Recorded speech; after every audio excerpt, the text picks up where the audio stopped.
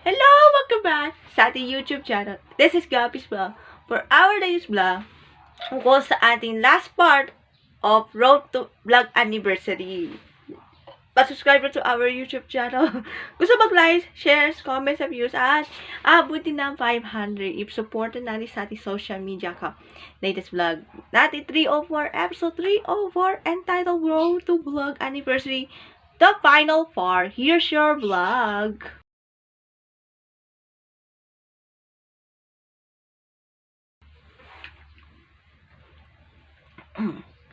Okay, ito na ang ating final part. Yan ay part 4. Ang ating last but not least, yung top 1, ay ito.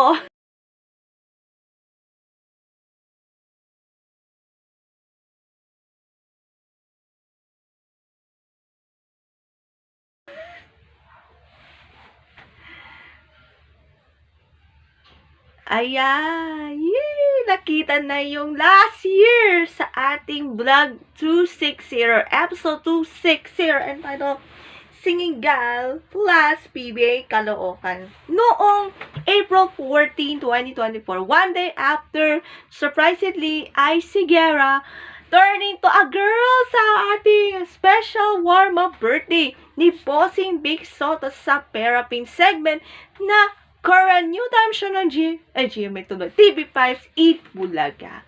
Kasama po yung mga apat na singing girls na sila Jose, Wally, Paolo, and Alan. Minus Raya Aguse kasi may injure sa lalamunan. Si Icy Guerra ay as Karin, aka Ice Baby, na naiyak dahil sa reaction sa mga singing girls and dapper cats para pagiging transform into a girl. The wearing of Icy Guerra's Therapist Eat Bulaga segment na 60s na hair clip na may hair wig, tapos yung pink dress ala Barbie doll style, at stockings and ankle boots. Ang naglalaro sa Perapin, nananalo ng perfect one na 44,000 pieces na si Sex Bomb Jobay Pag at sa mga tatlong Sex Bomb girls. 44,000. Nahati kasi sa 22,000 from the winners from Luzon, Visayas, Mindanao, galing Abra, and 22,000 galing sa audience.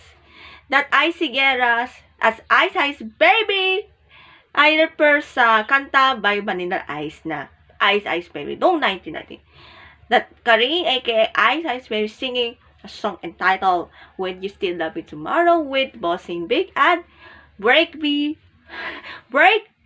by Ariana Grande. Yan. Sa kanilang Choosing One. That says, Dragging One, Pineapple, Banana. Yan. Usapan natin.